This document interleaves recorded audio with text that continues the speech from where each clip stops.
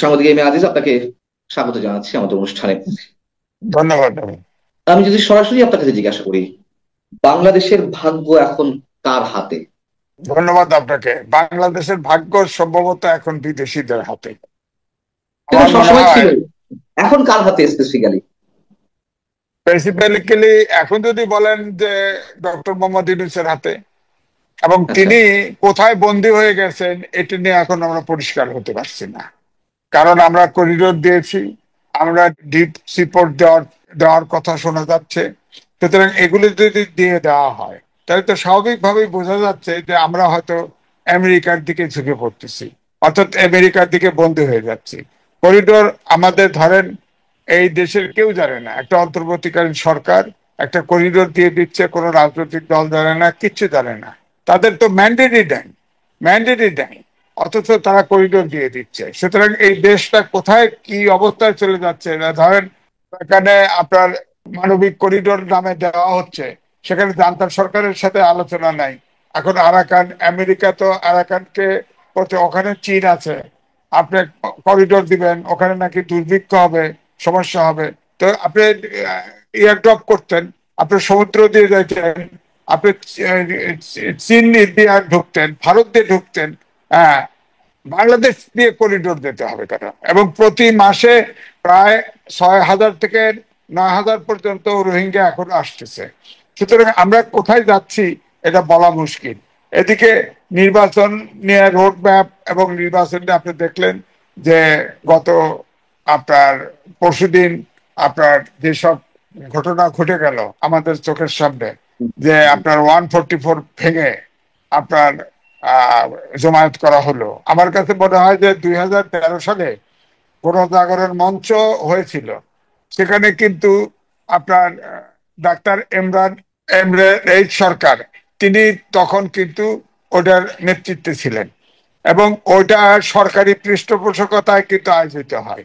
সেখানে ধরেন খাবার সাপ্লাই দেওয়া হয়, নিরাপত্তা হুম। দেওয়া হয়, এবং সেখানে ছাত্রলীগ, আপনার ব্লগার, বাম রাজনৈতিক দল, ছাত্ররা ওটার ভিতরে ছিল।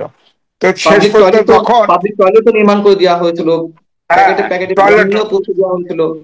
হ্যাঁ সবকিছু আয়োজন করে দেওয়া হয়েছে। কারণটা হচ্ছে যে তখন কাদের মোল্লার যাবজ্জীবন হয়েছিল, সেই আইনটাকে আপনার আপিলের সুযোগ করতে হবে হুম। এবং তাকে ফাঁসি দিতে হবে, এই কারণেই ওই গণজাগরণ মঞ্চ করা হয়েছিল। এবং এটার প্রেসার দেখিয়ে সেই আইন বদলানো হয়, আপিল করা হয়, এবং আপনার কাদের মোল্লাকে ফাঁসি দেওয়া হয়। তখন কিন্তু এই গণজাগরণ মঞ্চ এখন নাই, ইমরানের সরকারেরও কোনো হদিশ নাই, সে এখন বিদেশে আছে। ঠিক সিমিলার ওয়েতে এই পরশুদিন একটা মব তৈরি হলো, আমি বলবো সেখানে আপনি দেখেন ইসলামিক দলগুলো এর আগে সরকার করলো কি অপ্রয়োজনে, কেউ জানে না, নারী সংস্কার কমিশন করে সেখান থেকে একটা প্রস্তাব নিয়ে সকল ইসলামিক দল বলেন আর ইসলামপন্থী ব্যক্তিদেরকে বলেন, আলাম ওলামা বলেন, সবাইকে ক্ষিপ্র করে দিল, এবং সবাই এসে এখানে যুক্ত হলো। এবং সেখানে দেখা গেল আনসারুল্লাহ বাংলা টিমের প্রধানও সেখানে শরিক হয়, এবং সব ইসলামিক দলগুলি, এবং সেখানে স্লোগান, পতাকা, জাতীয় সঙ্গীত প্রচারে বাধা দেওয়া হয়। এরপরে বলা হয় যে গোলাম আজমের বাংলায় আওয়ামী লীগের ঠাঁই নাই, হুম। এইসব স্লোগান দেওয়া হয়, জাতীয় সংগীত পড়তে দেওয়া হয় না। তো এই যে আমি বলবো যে সারা বিশ্ব জানলো যে এই যে মৌলবাদের উত্থান ঘটলো, তা আমরা তাহলে যাচ্ছে কোথায়? সারা দেশ তো বিশৃঙ্খল অবস্থা। এদিকে অর্থনৈতিক দিক থেকে আমরা তলানির দিকে চলে যাচ্ছি। দেখেন ওয়ার্ল্ড ব্যাংক অলরেডি ফোকাস করেছে আমাদের জিডিপি গ্রোথ হবে 26 সালে 3.3%, অর্থাৎ বাংলাদেশের ইতিহাসের সর্বনিম্ন।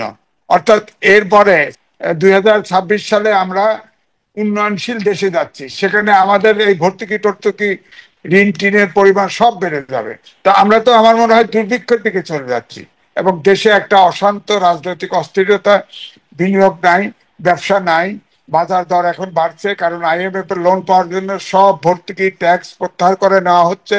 তো সুতরাং দেশটা আসলে খুব বিপজ্জনক অবস্থায় পড়ে গেছে। আমার মনে হয় যে দেশে কি হবে এটা বলা মুশকিল।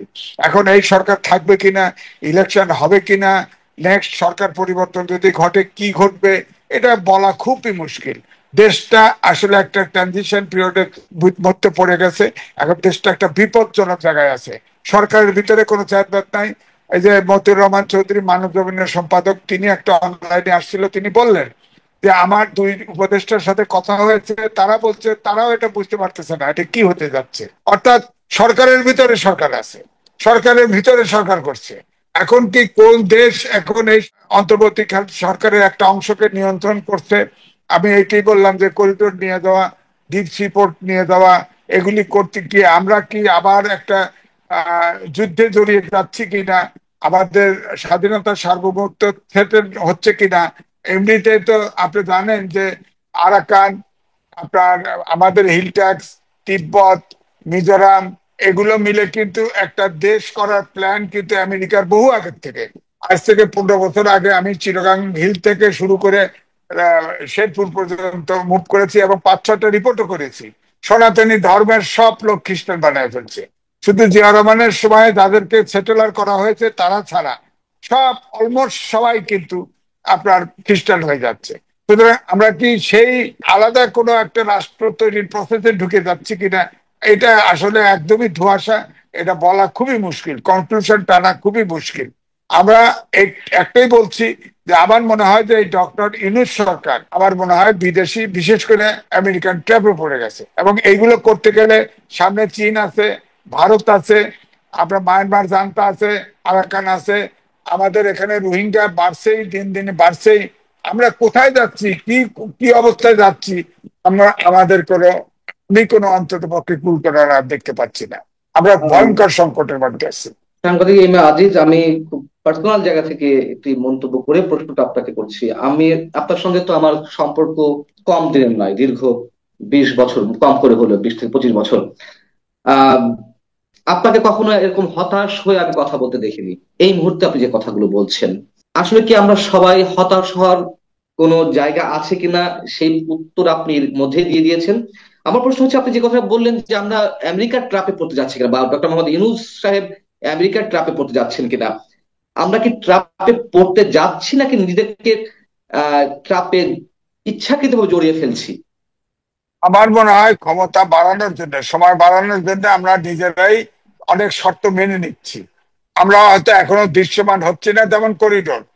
আমাদের ফরেন উপদেষ্টা বললো, পররাষ্ট্র উপদেষ্টা বললো, আমরা নীতিগতভাবে একমত হয়েছি, কিন্তু আমাদের কিছু শর্ত আছে, শর্ত মানলে আমরা করিডোর দেব।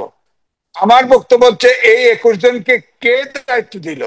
একটা ভূখণ্ড অন্যের হাতে তুলে দেওয়ার দায়িত্ব কে দিল আপনি বলেন? আমি হতাশ না। আমি দেখেন, মুক্তিযুদ্ধের সময়ও কিন্তু মানুষ এই পাকিস্তানের নির্যাতনের পরে এরকম একটা মাঠ টাইম অবস্থায় চলে গেছিল, কি করে কি না করে। শেষ পর্যন্ত কিন্তু মুক্তিযুদ্ধে জড়িয়ে যায়, দেশ স্বাধীন হয়। এবং সেই স্বাধীনতার বিরুদ্ধেও কথা হচ্ছে। আপনি দেখেন পরশুদিনের যে সম্মেলন, সেখানে আপনি খেয়াল করে দেখেন, বলল গোলাম আজমের বাংলায় আওয়ামী লীগের ঠাঁই নাই, এইসব স্লোগান, জাতীয় সঙ্গীত পড়া যাবে না, এগুলো কি? আপনার সব, আপনার দেশের 71-এর, আবার আপনি দেখেন মাহফুজ আলম, আপনার উপদেষ্টা, তিনি আপনার ফেসবুকে আপনার স্ট্যাটাস দিলেন, বললেন যে 71-এর গণহত্যাকারীদেরকেও তাদের অবস্থান পরিষ্কার করতে হবে, তাদেরকেও ক্ষমা চাইতে হবে। আবার কোন অদৃশ্য শক্তির প্রেসারে তিনি কিন্তু আবার সেটা প্রত্যাহার করে নিলেন। তো সেটা সেটা ঠিক দিয়েছিল। আমার কথা হচ্ছে যে এই যে আওয়ামী লীগ গণহত্যাকারী, তাদের তো বিচার হতেই হবে। তাদের কিন্তু এই দেশে এটা ঠিক আছে, রাজনীতি করার অধিকার নাই, কারণ তারা গণহত্যা করেছে। ঠিক 71 সালেও তো গণহত্যা করেছে। প্রাদেশিক সরকারের 3 জন মন্ত্রী ছিল জামাতের, তারা সিদ্ধান্ত নিয়ে পাকিস্তান সরকারকে সহযোগিতা করেছে এবং এই দেশে গণহত্যা চালিয়েছে। তো তাদের বিচার হবে না কেন? এই প্রশ্ন তো উঠেছে এখন। তো এখন তাহলে এত প্রশ্নের মীমাংসা এই সময় কিভাবে দিবেন? আপনি গণ অভ্যুত্থান, ফেসিবাদের বিরুদ্ধে গণ অভ্যুত্থানের সব রাজনৈতিক দল জনগণ একমত হয়েছিল, এবং গত পরশুদিনের এই 144 ভেঙে আপনার এই আকস্মিক আপনার আওয়ামী লীগকে নিষিদ্ধ করার স্লোগান তুলে আপনার সেখানে সব ইসলামপন্থীরা, এই সাজিদ কি হাসরাত আব্দুল্লাহ পিছনে সামনে দেখা গেল, খুব ছাত্র দেখা গেল না, তাদের পিছনে থেকে এই যে নানান রকম সমস্যার ডালপালা এখন মেলছে, এটার সমাধানটা কোথায়? সমাধানটা আমি মনে করি কোন কোন কোরামিন দেওয়া সম্ভব। তো উনি তো ইলেকশন দিতে চাইছে, এখন রোডম্যাপ দেয় না কেন? পরিষ্কার করে নির্বাচনটা দিয়ে উনি তো পারলেন না। 9 মাস, 9 মাস একটাইতে ফেসিবাদের দ্বারা গণহত্যা করেছে। এ পর্যন্ত একটি মামলায় কোনো চার্জশিট দিতে পারে না এই সরকার। অভিযোগ দায়ের করেছে 3জন মাস্টার মাইন্ড নাম দিয়ে, 3জনের বিরুদ্ধে আপনার অভিযোগ দায়ের করেছে, কিন্তু এই 9 মাসে একটি একটি গণহত্যার মামলায় একটা চার্জশিট দিতে পারে নাই। এদের দ্বারা বিচারও সম্ভব না। অথচ তাদেরকে দিয়ে আপনি খেয়াল করেন, এদেরকে দিয়ে আমার মনে হয় এই চাপ তৈরি করা। আপনি খেয়াল করে দেখেন গরমের সময় আবার ঠিকই আপনার 144 ব্রেক করছে, আন্দোলন করছে, আবার শীতল পানি দিয়ে তাদের যাতে হিট স্ট্রোক না করে তাদের রক্ষা করছে। ঠিক এমরান সরকারের মতো সময় তখন যেমন নিরাপত্তা দিয়েছে, খাবার দিয়েছে, নানান ভাবে শেল্টার দিয়েছে, ঠিক এদেরকেও তাই দিয়েছে, দিয়ে প্রেশার দিয়ে তারা ভাবছে যে তারা অথচ এই ডক্টর মোহাম্মদ ইউনূস কিন্তু বলেছিল যে কোন রাজনৈতিক দলকে আপনার নিষিদ্ধ করার পরিকল্পনা সরকারের নাই। এখন এই কথা বলছে, অথচ আপনি দেখেন আইসিটি আইন কিন্তু বদল করলো, ঠিকই এখন আবার চেঞ্জ করলো। এগুলি কি? ওনার তো কথাই ঠিক রাখতেছে না। সুতরাং এই জন্য মানুষের ভিতরে অবিশ্বাস, তিনি আদৌ নির্বাচন দিবেন কিনা। আগে যেমন মাঝখানে দেখলেন প্রধান উপদেষ্টা হেঁটে গেলে, উপদেষ্টা হেঁটে গেলে পিছন থেকে বলা হতো যে আপনারা 5 বছর থাকেন, আপনারা 8 বছর থাকেন, আজীবন থাকেন। এখন কিন্তু এই আওয়াজ কমেছে, প্রতিবাদে এই আওয়াজটা কিন্তু কমেছে, আপনি খেয়াল করে দেখেন। কিন্তু নির্বাচনের ব্যাপারে সেই আগের মতো একই ভাষায় আছে, ডিসেম্বর থেকে জুন। কিন্তু রোডম্যাপ দিতে ডিসেম্বর থেকে আপনি জুন যদি নির্বাচন দিবেন, তাহলে আপনি রোডম্যাপ দেন না কেন? পরিষ্কার করেন না কেন? এই ধোঁয়াশায় রাখেন কেন? আর মাঝে মাঝে এই মব জাস্টিসের করতে যান কেন? এখন এই মব জাস্টিস আপনি করলে এটা তো এক ধরনের মব জাস্টিস, চাপ তৈরি করে আপনি আওয়ামী লীগকে, আপনি আইনের কাঠামো, এই দেশের সবগুলো রাজনৈতিক দল আইনসম্মত ভাবে, কারণ আমরা গণতন্ত্রের দিকে যেতে চাচ্ছি, সেখানে আপনি এক্সিকিউটিভ অর্ডারে কেন তাদেরকে বাতিল করলেন? আওয়ামী লীগকে আপনি বিচার করতেন, বিচার করলে তো গণহত্যাকারী এমনিই তো নেতৃত্ব শূন্য হয়ে যেত। আপনি খেয়াল করে দেখেন প্রেসিডিয়াম সদস্য, এক্সিকিউটিভ কমিটি মিলা, 14 দল মিলা সব সিদ্ধান্ত নিয়েছে। সুতরাং সেখানে তো দলও দায়বদ্ধ, দলও তো দায়িত্ব আছে। সুতরাং দলকে আপনি এমনিতে নিষিদ্ধ করতে পারতেন। এখন দলকে নিষিদ্ধ করা হয় নাই, তাদের অ্যাক্টিভিটিস নিষিদ্ধ করা হয়েছে। আবার তারপর দেখেন আরো বলা আমি হচ্ছে, একটু আপনার সঙ্গে অ্যাড করি, সাংবাদিক মেরাজিল, আপনার সঙ্গে একটু অ্যাড করি যে জাতিসংঘের প্রতিবেদনের রেফারেন্স সবসময় দেওয়া হচ্ছে আওয়ামী লীগের যারা অপরাধী তাদের বিচারের ক্ষেত্রে। সেই জাতিসংঘ তো স্পষ্টভাবে তাদের প্রতিবেদনের শেষ প্যারায় স্পষ্টভাবে উল্লেখ করেছে কোন রাজনৈতিক দল নিষিদ্ধের ক্ষেত্রে তারা বিরোধী, এবং এটি যদি করা হয় তাহলে বহুদলীয় গণতন্ত্রের যে প্রত্যাবর্তনের একটা আশা সেটি সেটি মৃত্যু ঘটবে, এই একবার স্পষ্ট এভাবে লেখা ছিল ওই সুপারিশে। ওইটার ব্যাপারে খালি এইটাই বলে যে এটা গণহত্যা করেছে এবং শেখ হাসিনা মাস্টার মাইন্ড, তিনি এটা নির্দেশ দিয়েছে, তিনি দায়ী, এইটুকুই শুধু বলা হয়। কিন্তু শেষে যে বলা হয়েছে পুলিশ হত্যা, তারপর হম 15 তারিখ পর্যন্ত এতজন হত্যা, 5 তারিখে সরকার পালায় গেছে, 5 তারিখের পরে আর আর 10 দিনের হত্যার হিসেব কোথায়? হম হিসেব কোথায়? সেখানে তো আমরা তো দেখলাম যে প্রায় 60% থানা লুট হয়ে গেছে, অস্ত্র মানুষের হাতে, সন্ত্রাসীদের হাতে। সে অস্ত্র কোথায় গেল? অস্ত্র তো এখনো প্রায় 1.5-2 লাখ অস্ত্র বাইরে পড়ে আছে। অস্ত্র কোথায়?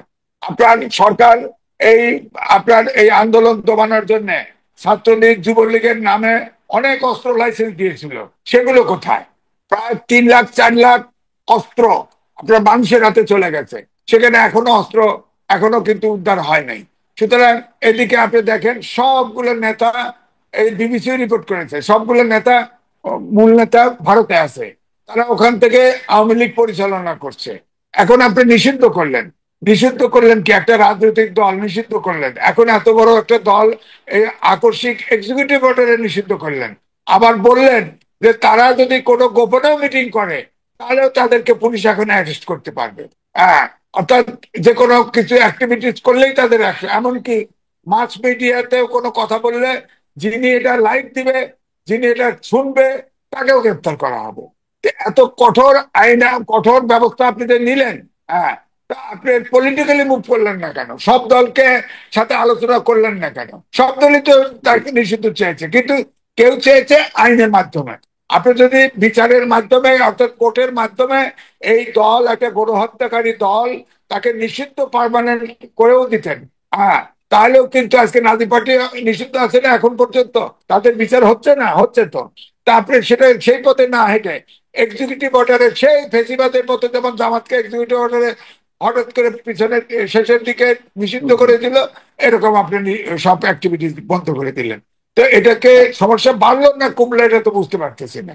আমি একটা প্রশ্ন করতে চাই, আপনি বলছিলেন এই আশঙ্কা আরো অনেকেই করছেন যে করিডোরের বিষয়ে হয়তো চুক্তি হয়ে গেছে, বা অন্যান্য আরো বিষয়ে যে আমেরিকার যে চাওয়াগুলো আছে, দাবিগুলো আছে, সেগুলো হয়তো পূরণ করা হয়েছে।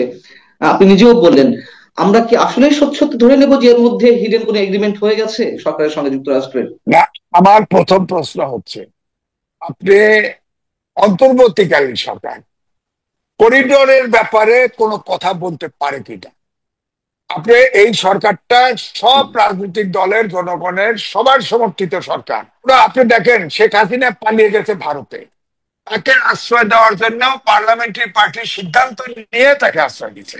আর আপনি একটা অংশ দিয়ে দেন, আমাদের 3 বিঘা করিডোর ছিল না, ভারত দিছিল না 3 বিঘা করিডোর আমাদের, ওখান থেকে বাংলাদেশের ভূখণ্ডের লোকানা বাধা দিত, তো দিত না তো।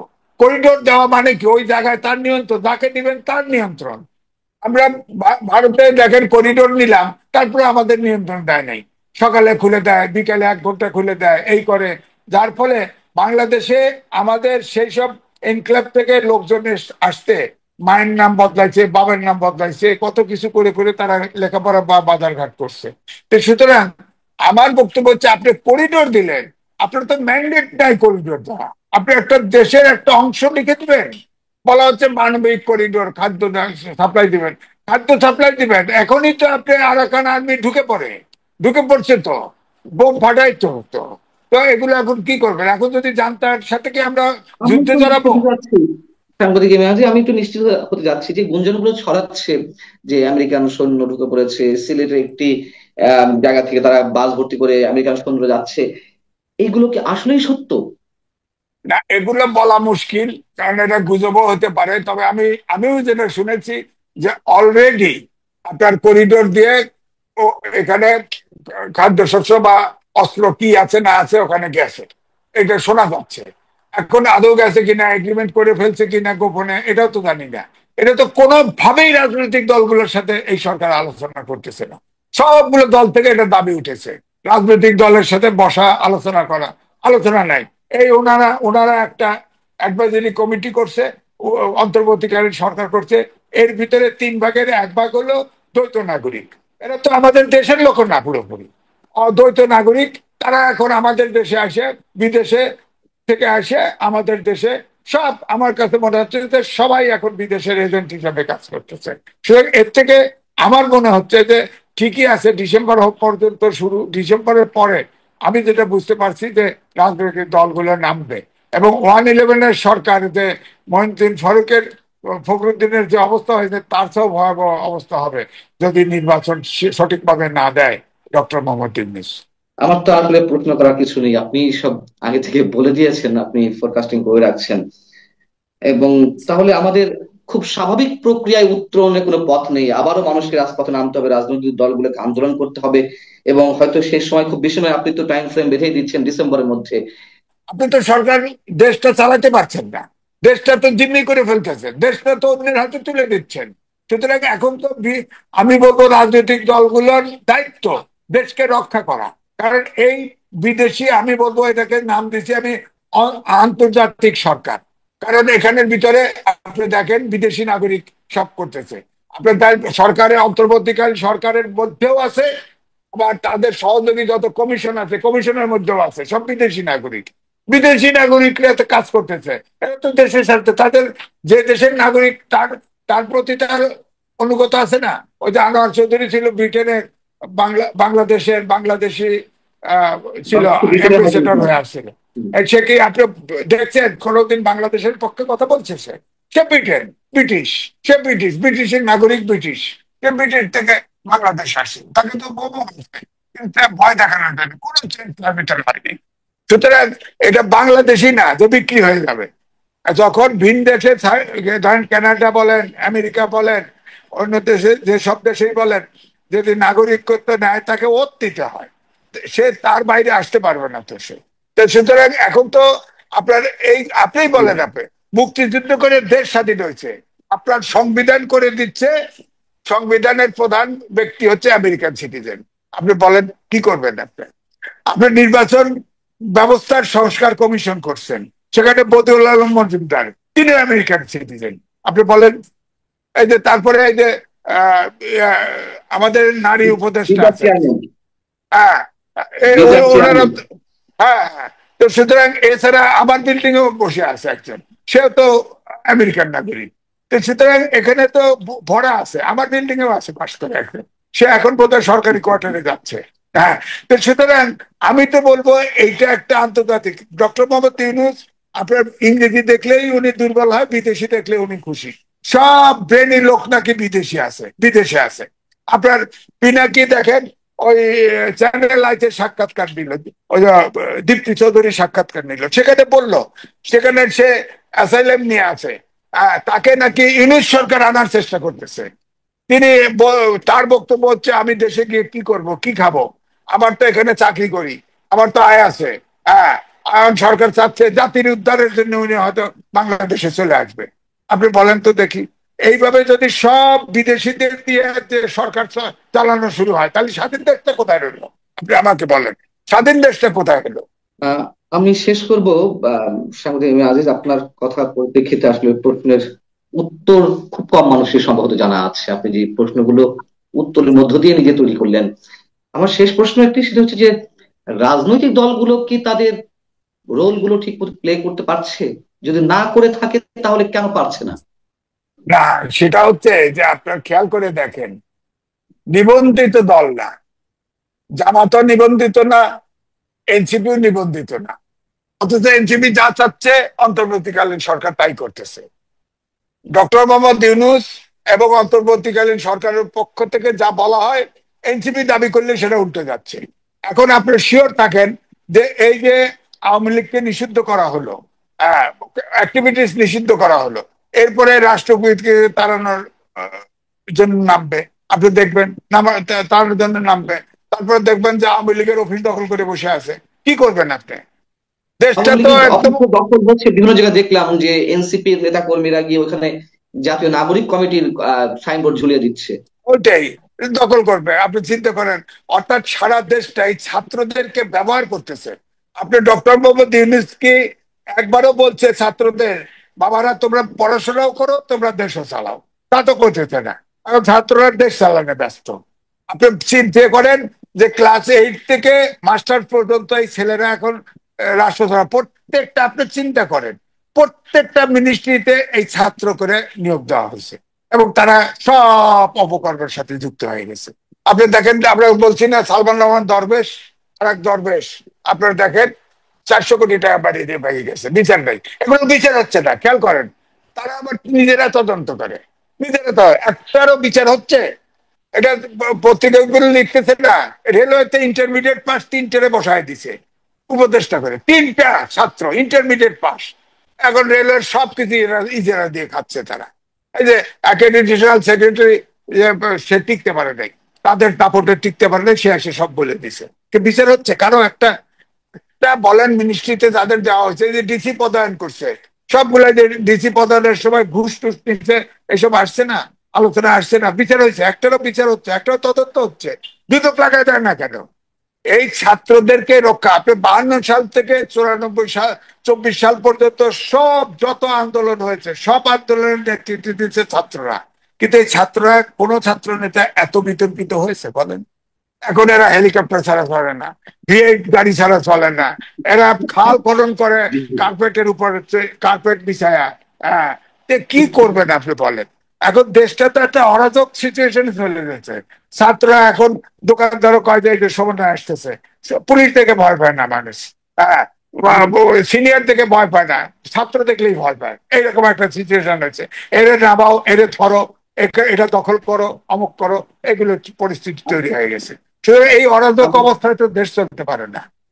আমরা শেষ করবো। আমার যে প্রশ্নটা ছিল আপনি খানিকটা উত্তর দিয়েছেন যে সবকিছুই এনসিপি বা এই ছাত্রদের দল সবকিছু নিয়ন্ত্রণ করছে, কিন্তু বিএনপির মতন পোরখা রাজনৈতিক দলগুলো কেন এইগুলোর বিরুদ্ধে এক্সিস্টেন্স মানে রেজিস্ট্যান্স তৈরি করতে পারছে না, অথবা না, তাদের পারছে রোলটা না। ঠিক মতো পারছে প্লে না করছে না? হচ্ছে কি, আমার আমার বক্তব্য হচ্ছে, আমাদের গ্রাম দেশে বলে বিএনপি ফাঁকাবাসে চিপায় পড়ছে। অর্থাৎ বিএনপি যদি মাঠে নামে, এটা ঠিক, এই সরকারের টিকা আসলেই কঠিন, তো মানে চিপা কঠিন। পড়লো কেন? কিন্তু কিন্তু চিপা কিন্তু পড়লো কেমন কি- করে? চিপা হলো, অর্থাৎ এই সরকারকে ধাক্কা দিয়ে ফেলায় দিলে রাজনৈতিক শূন্যতা তৈরি হয়। তখন তো জি। শূন্য জায়গায় শূন্য থাকবে না, কেউ তো এসে পড়বে তখন। তাহলে রাজনৈতিক দল বড় দল হয়ে লাভ হলো কি? আবার এখন ধরেন এই গত পরশু দিনের আন্দোলনে আপনার মৌলবাদীদেরকে তো সামনে নিয়ে আসছে। এরা তো দেশের স্বাধীনতাই বিশ্বাস করে না, একাত্তরে জি। বিশ্বাস করে না। আপনি কোন আমরা জায়গায় নিয়ে গেলেন দেশটা? এখন তো সংঘাত। আমি তো মনে হয় যে একটা গৃহযুদ্ধের দিকে দেশ চলে না যেতে পারে, এরকম একটা সিচুয়েশন তৈরি করে ফেলছে। সবার ভিতরে আমরা অনাস্থা, অবিশ্বাস। আমরা শেষ করবো। অনেক অনেক ধন্যবাদ সাংবাদিক আমি আজিজ, অসংখ্য ধন্যবাদ আপনার আউট স্পোকেন যেই কথাবার্তাগুলো।